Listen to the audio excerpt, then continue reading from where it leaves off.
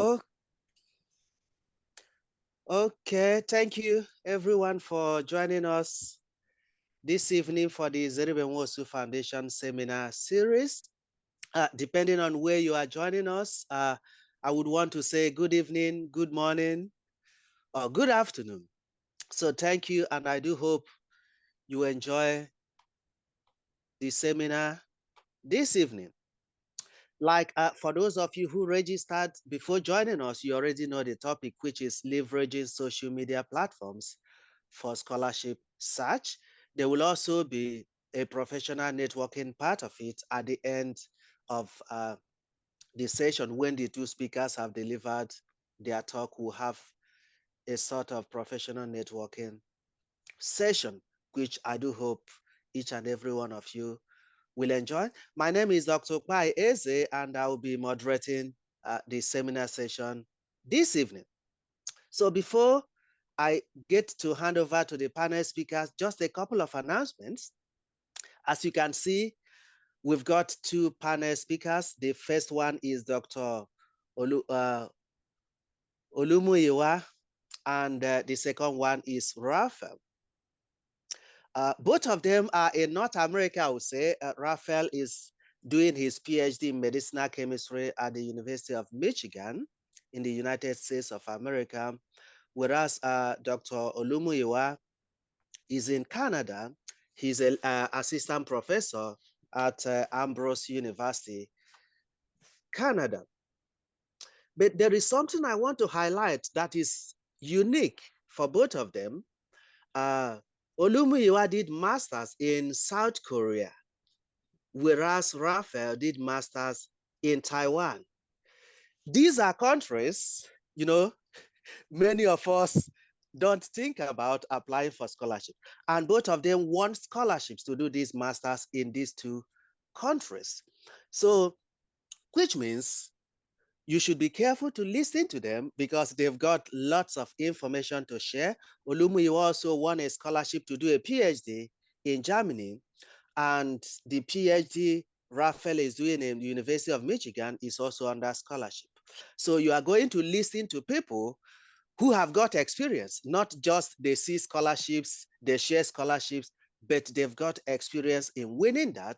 And Olumuyiwa is also the founder of Scholarship Cafe, uh, where they've got database of scholarships, current scholarships that they do share from time to time. They also do CV reviews, mentorship, and support sessions for those seeking for scholarships. There is also something Olumuyiwa does, which is about contacting universities that still make English a requirement for English-speaking West African countries to actually ask them why they have to keep asking for IELTS or TOEFL or whatever for them to evidence their English. And it's been successful because some of them have changed Nigeria, Ghana, and some other English-speaking West African countries to not to show IELTS or TOEFL, which is very, very fantastic. So both of them are interested in scholarships and also building young generations. So I will also look forward to benefiting from both of them as they talk to us this evening.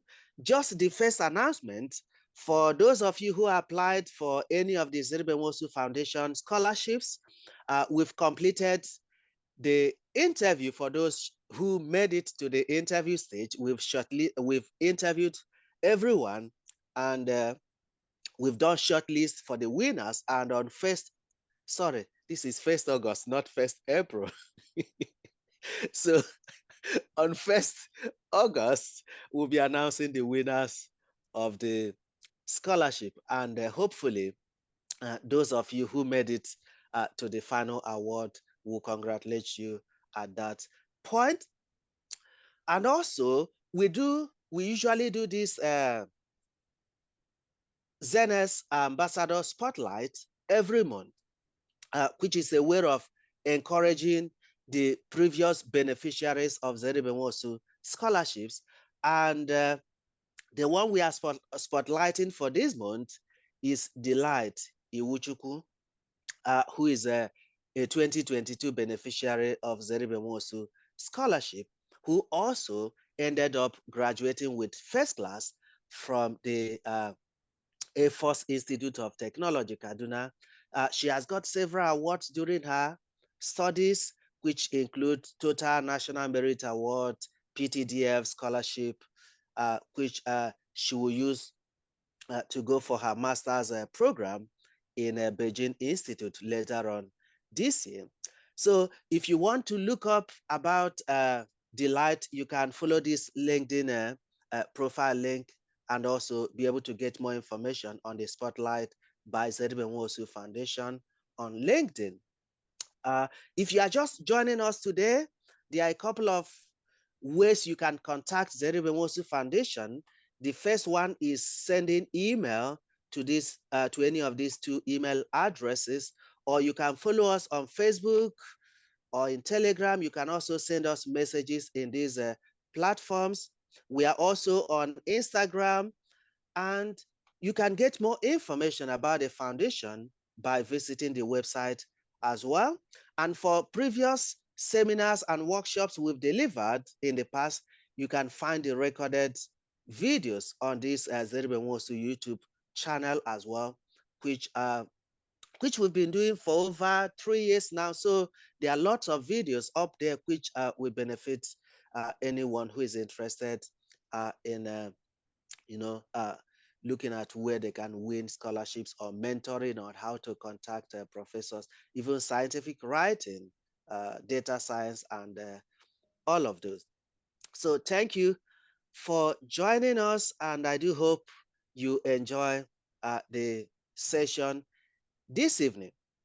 So like we do always say, when we hand over to the speakers, please, we do request you mute yourself so that they will be able to deliver their talk. And because we also post these videos on the YouTube channel and send it to those who registered for the seminar, it will be good if there is no interference while the speakers are delivering their talk, so that it will be easier for us to edit the video recording and be able to share it as soon as possible. So once they've delivered their talk, we'll have these questions and answer session and the professional networking section, where we could also be put into different breakout rooms so that we'll be able to network better at that point as well.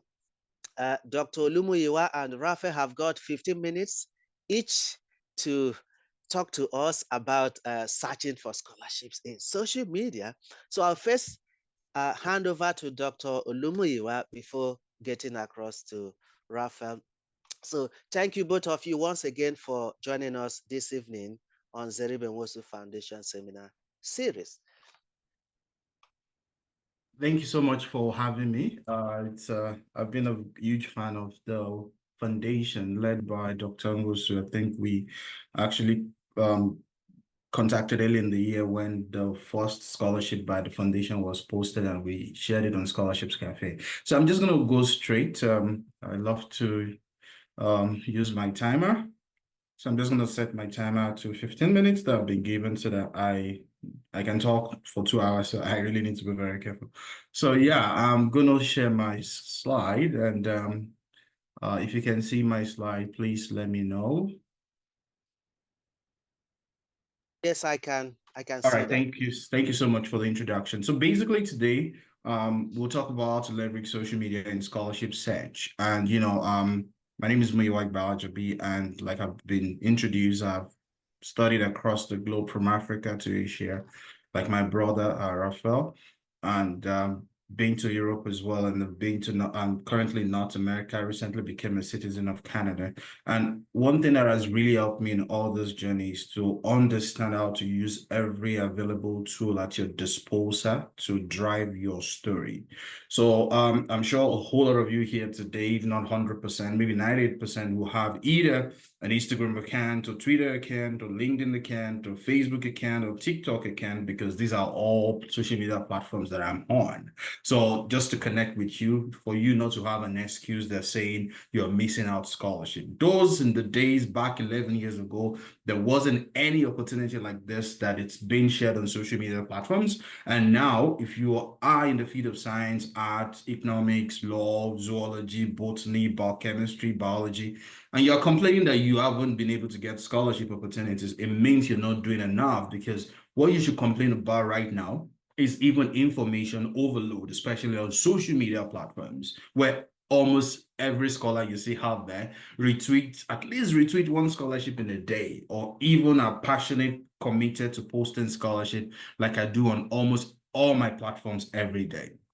So I want to address it from the perspective of using social media as a scholarship tool rather than leveraging. And the reason being that if you search for any university in the world, we have over 5,000 universities in the world, there would always be this institution represented on either of Instagram or LinkedIn or Facebook or Twitter. And the question is why?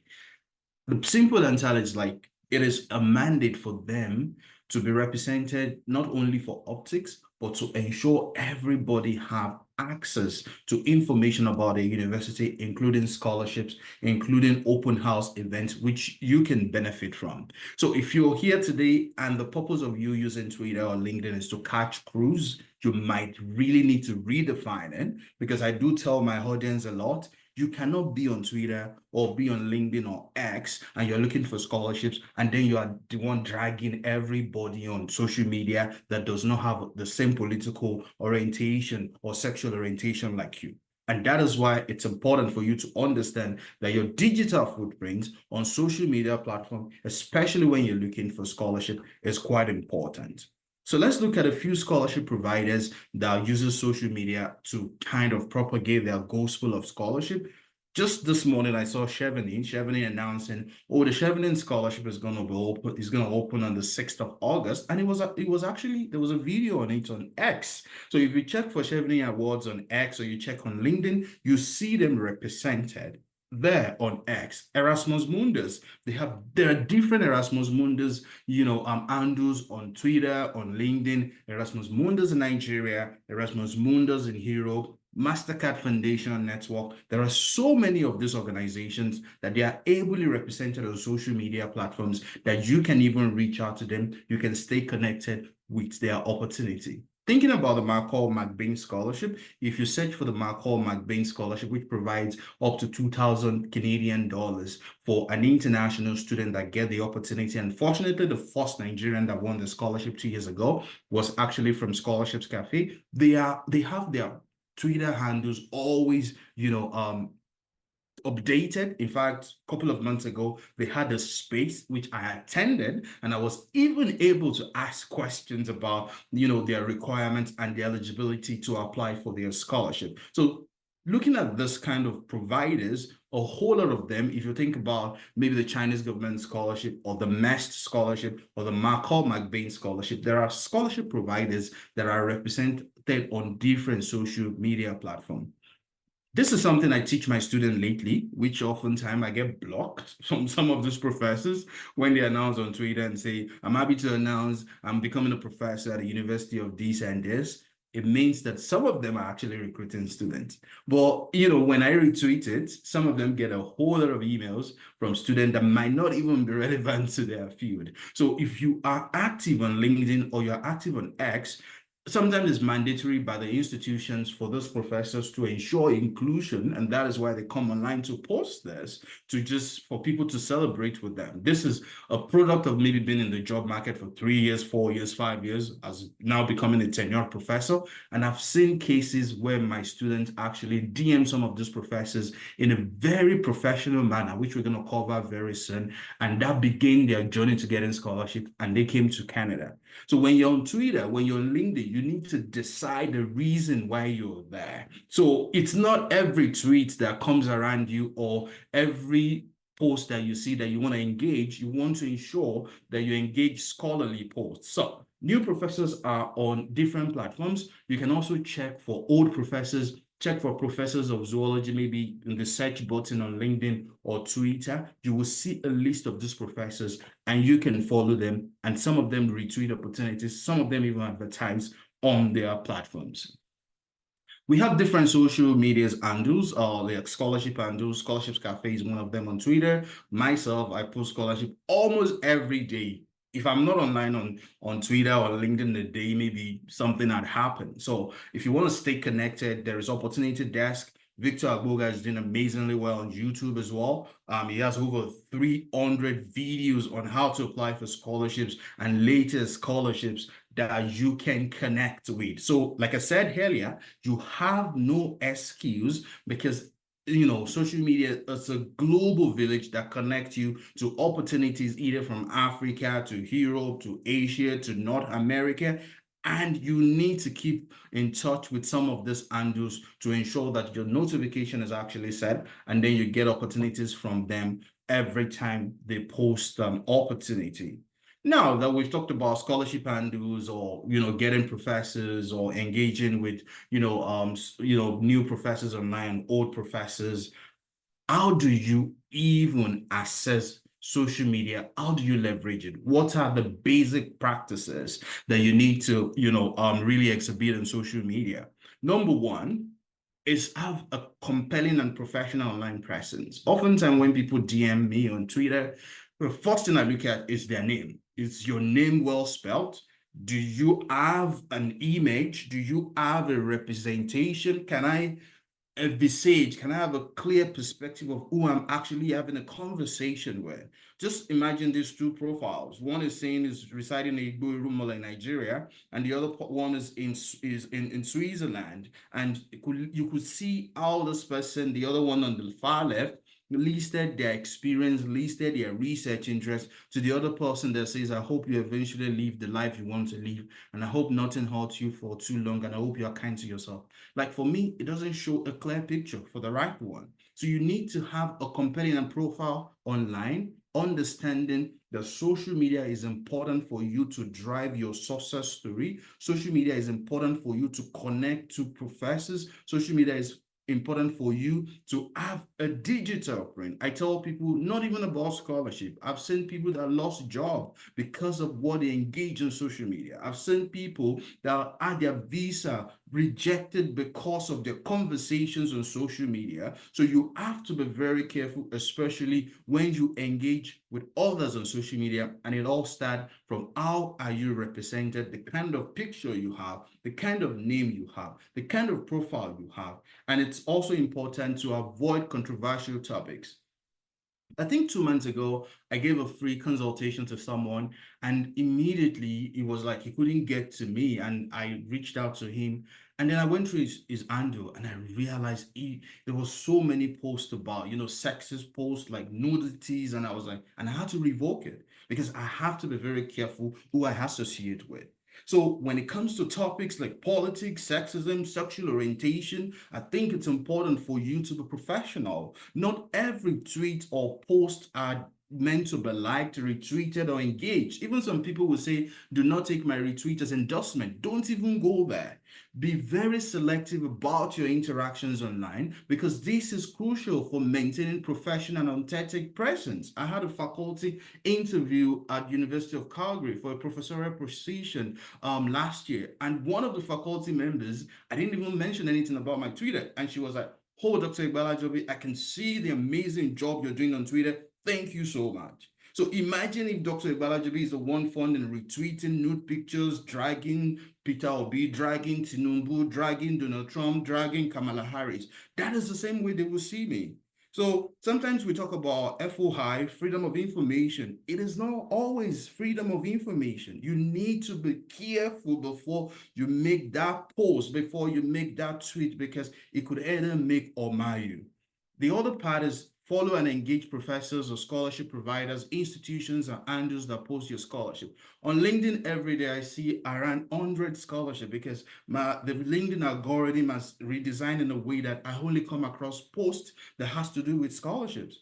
So you can also design in terms of keywords what you see on Twitter and what you also engage on LinkedIn. Follow these professors, retweet their posts, ask questions on their posts. Some of them will post some of their papers. Some of them will even post graduation pictures or news of a student graduating in their lab, which might actually mean that they have a vacancy. Just like I said, I have a student, they recently graduated from UBC. The professor made a post that she's resuming as a professor, and then she engaged the professor in the DM, like, oh, I love your research interest. Would you mind if I send you an email? And then she started. And she was even the one comforting the professor, hoping that she would get funded. And immediately the professor got funding. She had booked the flight ticket of the lady after giving her funding without even letting her know, which means that that relationship can start from anywhere. And when you see professors on social media, LinkedIn, Twitter, posting opportunities, don't just talk about I'm interested. Don't just talk. I've seen cases where students will ask professors, contact me on WhatsApp. That is rude. That is unprofessional. You need to engage these professors, because in international engagement or community, you see them calling each other by name. It doesn't mean that you need to discard your own tradition. It doesn't mean you need to discard your own respect. For someone like me, when I was in Korea, Korea was similar to Nigeria. You need to take a bow for your professor. When I got to Germany, that became part of me until the professor asked my colleague to tell me not to give him a bow. And my colleagues were like, it is better that you are corrected for doing something good than the other way.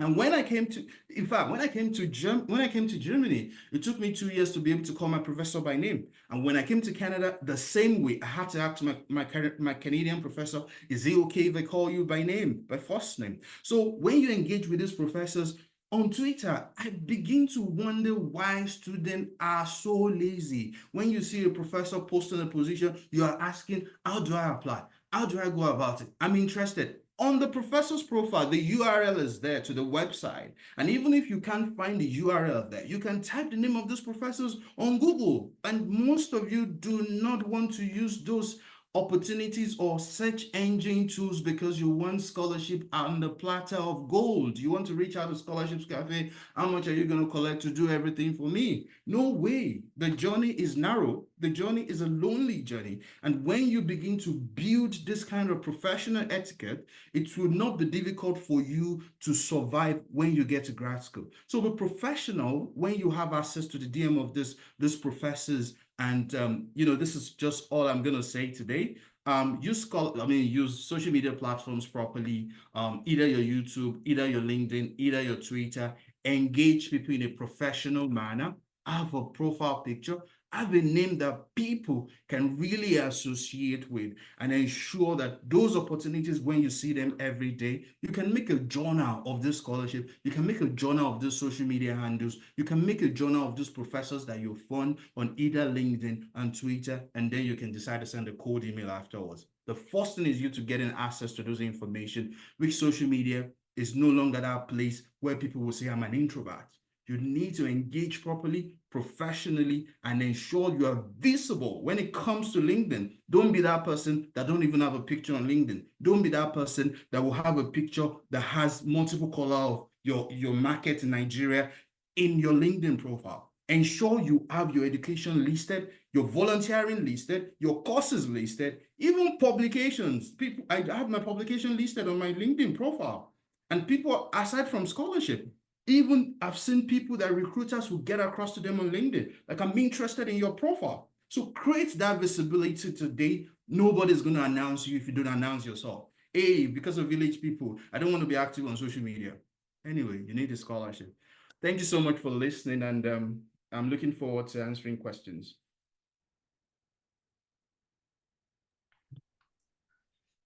Thank you so much, Dr. Muyiwa, for that fantastic presentation, which was very, very enriching. Raphael, over to you before Oh, we get on with the questions and answers section. Thank you. all right. Thank you very much.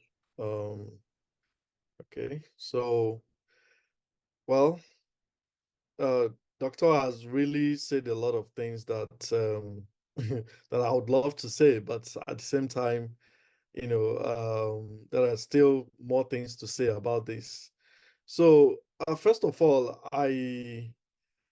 you know, I would like to start with a very short story, and that story is about myself. So a few years ago, I was just, rounding up with my NYSC program, and I was thinking about the way forward. I've always wanted to, like, study abroad and all that.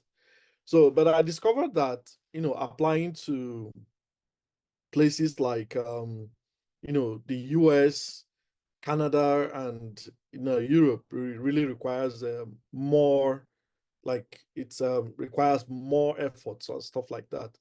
So, but observing that most times applying to Asian universities makes it more easier, I had to channel all my efforts towards Asian universities. I never even knew about Taiwan. But how did I not get to know about Taiwan? I was I joined a group. It was on WhatsApp. It was on WhatsApp. I think it was less than 15 members. I joined a group. I don't know where I saw it, but someone just posted a prospectus of Taipei Medical University. Then, I started looking at the prospectus. From there, I got to know about Taiwan, then started going through a lot of things about Taiwan. Then I applied to that Taipei Medical University, looked up the website, and I saw that you could actually study in that university with different types of scholarship. They have the institution scholarship, they have the government, different types of government scholarship. Then I started asking, how can I apply for this government scholarship? This, and when I say asking, it was on Google. I started looking up, a lot of ways to apply for the Taiwan government scholarship, and that was how I was able to make my applications alongside other applications I submitted in different Asian countries. But it was the Taiwan government scholarship, which was fully funded, that I eventually had to choose. Now, that was my own journey. Funny enough, it was from WhatsApp that I had to see the opportunity. And just like the previous speaker has, presented, there are a lot of ways you could actually find these scholarships. And, you still have to be very uh, careful of, the whole information overload that you could actually see, because now there are a lot of social media platforms. You have the LinkedIn, you have Facebook, you have Twitter, that's X, you have Reddit, you have YouTube, sometimes even Instagram. So a lot of information that could come by your side. But I think if we look at it critically, there are certain platforms that are very much well known for these scholarships. The LinkedIn and Twitter, I'm going to rank it in that manner: LinkedIn, Twitter, then maybe Facebook.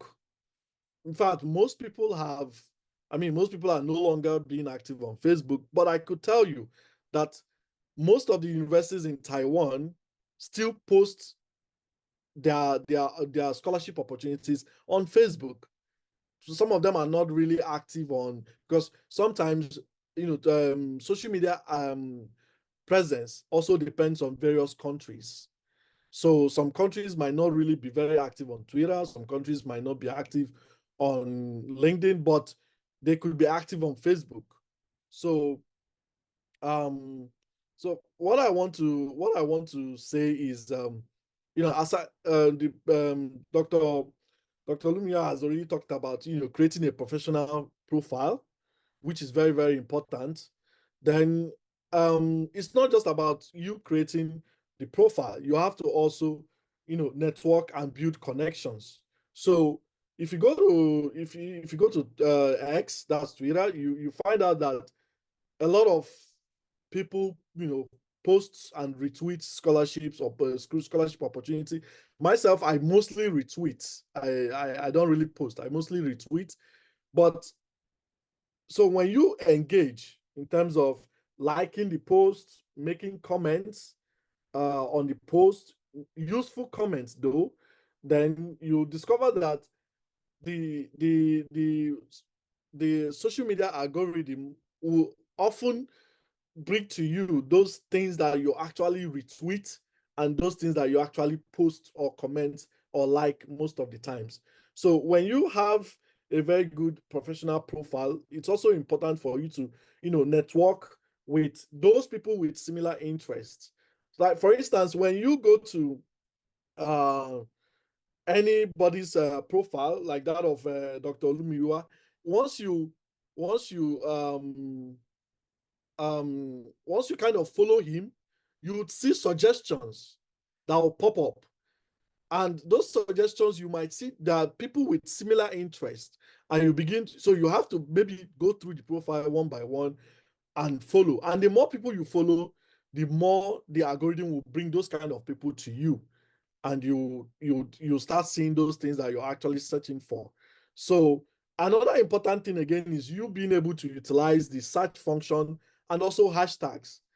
For instance, if you're looking for a PhD scholarship in medicinal chemistry, if you search medicinal chemistry and maybe put on the keyword PhD, sometimes you could be able to see some of those opportunities popping up.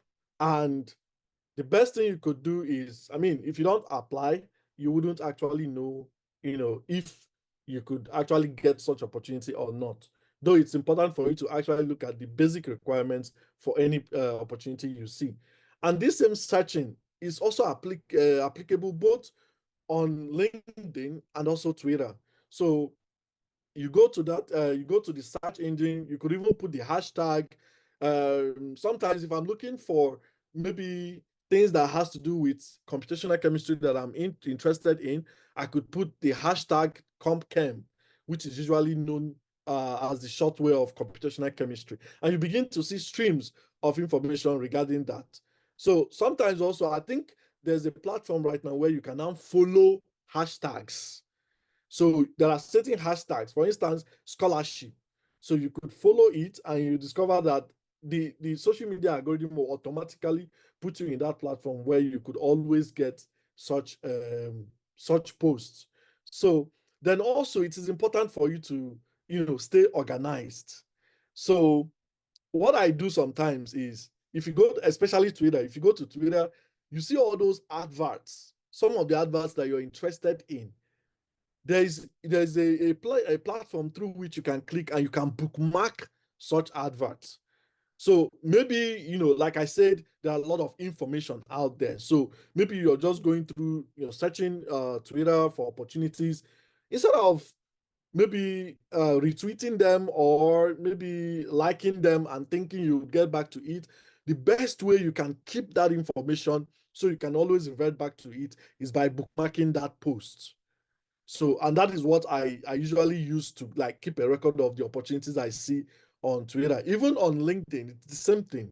So that's one of the things I could say is very, very ways you could be able to effectively use social media to search for scholarships. So most of the things have been said by Dr. Lumiwa, but one of the things I also want to say is that um,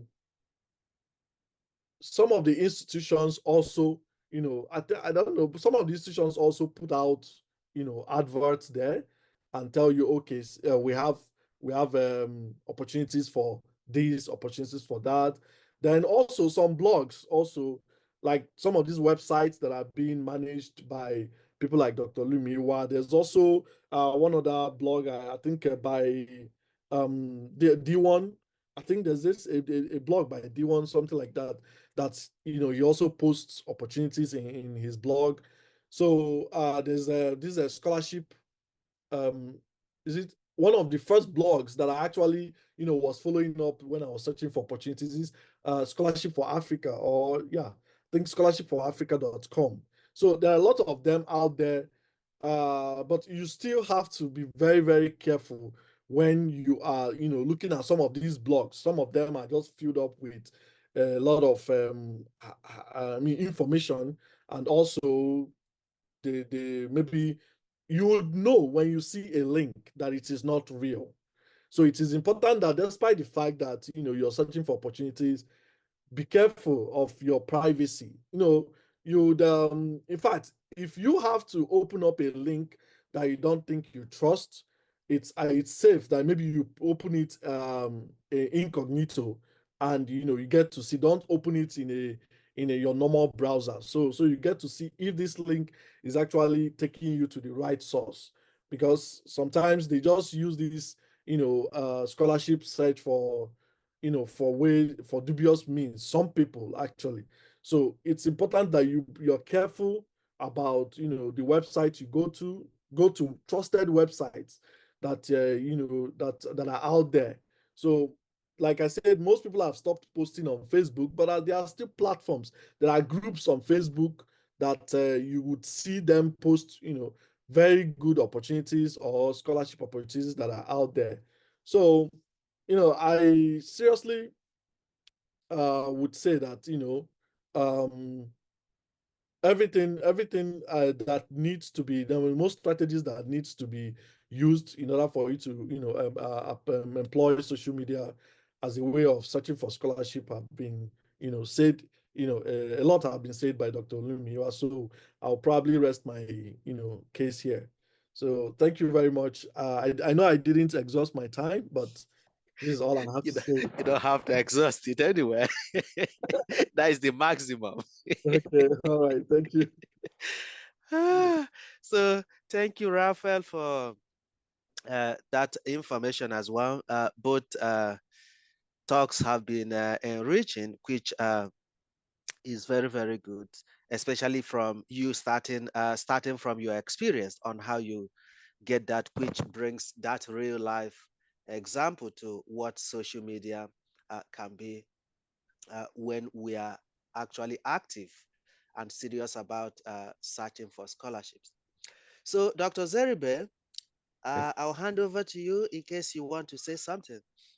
Yes, I just want to, yes, start by saying thank you to them, because I know that we're going to go into the networking session, and probably it's going to, continue from that point onwards. So that probably will not be a greater opportunity to say thank you to the speakers than now. I really appreciate you for what you've done. And really, these are things I think that Dr. Balajobi mentioned at some point, that, several years ago, these opportunities did not exist at all.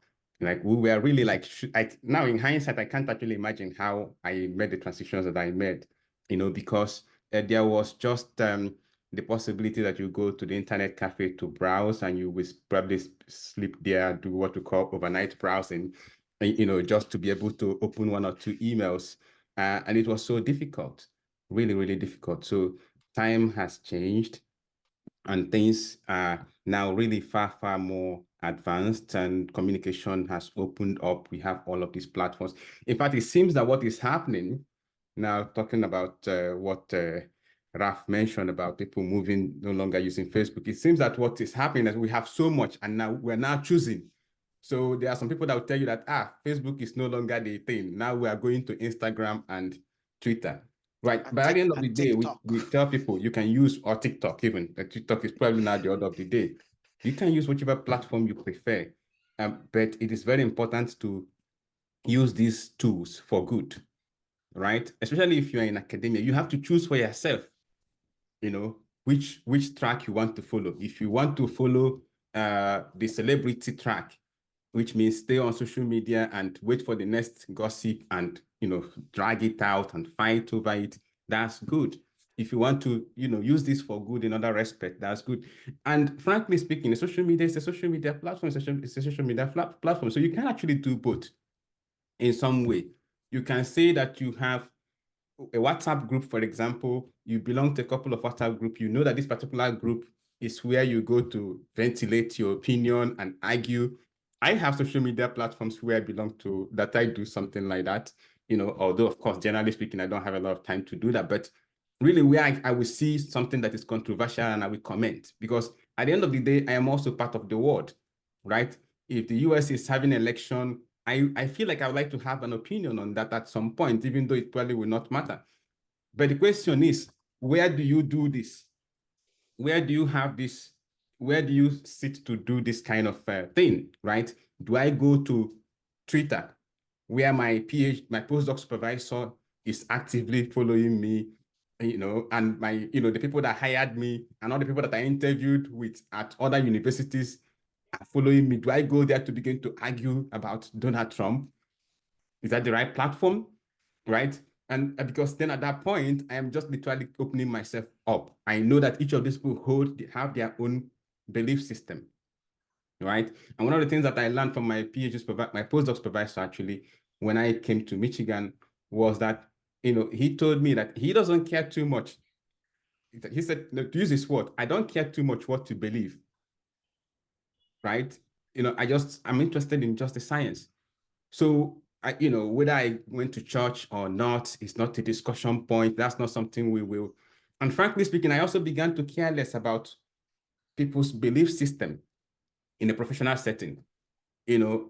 We have rules. For example, here at Cornell, we have very specific rules on what we want to see and what should not happen here.